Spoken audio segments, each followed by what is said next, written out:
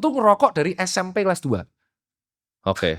Sama gue juga dari SMP. Parah aku. Dan aku tuh rokoknya tuh aku sebut merek itu Gudang Garam Merah, kretek coy. Dan ganti ke Gudang Garam Internasional, Garpit. Ya. Di Indonesia.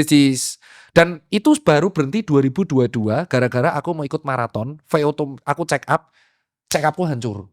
Jelek banget medical check up-nya. Wah, hancur banget. Dan aku di situ bingung. Padahal aku udah lari, aku udah sepeda kok medical check up-ku hancur.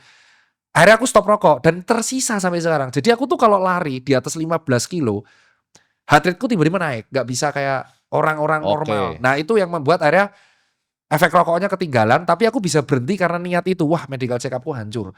Dari situ aku bisa mengambil kesimpulan. Aku tanya teman-temanku yang juga berhenti merokok. Mereka berhenti merokok tuh bukan karena desakan orang lain. Mereka berhenti ya karena pengen berhenti. Jadi selama kamu gak pengen berhenti nih tim, ya kamu gak akan berhenti.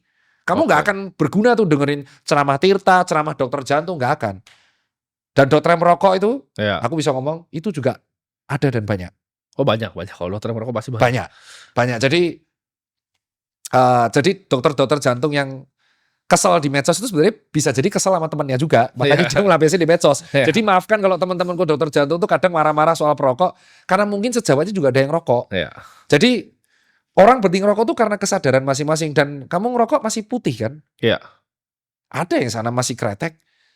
Ya itu. Nah tapi kalau dijawab, tapi itu preferensi kan? Preferensi. Ada bahaya di mana e-cigarette atau vape?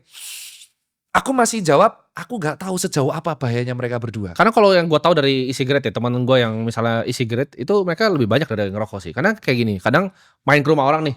Kalau e-cigarette sekarang udah dibakar nih pas ini. Iya benar. Oh iya benar ya. Mereka lagi berak dibakar. Benar. Tapi kalau rokok kan harus keluar dulu kan. Iya kan ada yang boleh kan. Kalau misalnya di rumah gue sih yang ngerokok silakan gitu. Iya. Tapi kalau misalnya mereka ke rumah orang lain kan nggak bisa ngerokok kan mereka. Iya betul.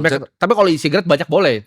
Makanya aku nggak bisa jawab konspirasi atau apapun. Tapi kalau rokok dokter tuh tahu bahayanya ke arah mana. Dah 2 kalau nggak bronkitis pasti jantung karena itu sudah ada datanya banyak. Dan kita kan.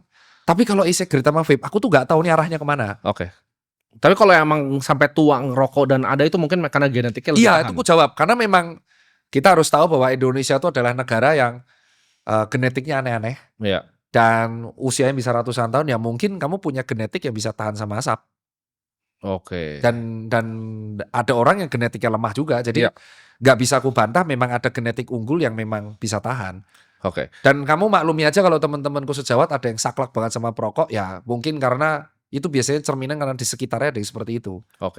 Nah ini gue pengen bahas tentang olahraga. Karena kita udah bahas tidur tadi, makan sama olahraga nih. Ya itu kan sayap suci buat event lari. Nah olahraga ini gue punya problem. Kalau ini pribadi gue, makanya gue pengen tanya sama dokternya langsung nih.